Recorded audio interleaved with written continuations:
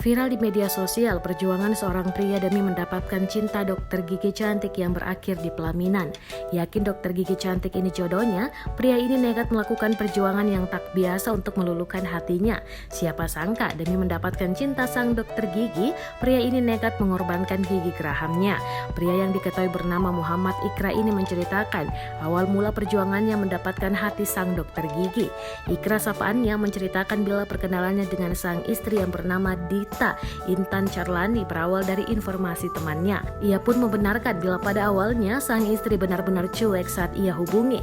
Meski sempat mendapat penolakan untuk mendekati sang istri, pria yang tinggal di Tangerang Selatan ini akhirnya berhasil mendapatkannya. Akhirnya kisah perjuangan Ikra pun berakhir di pelaminan pada 23 Mei 2017 silam.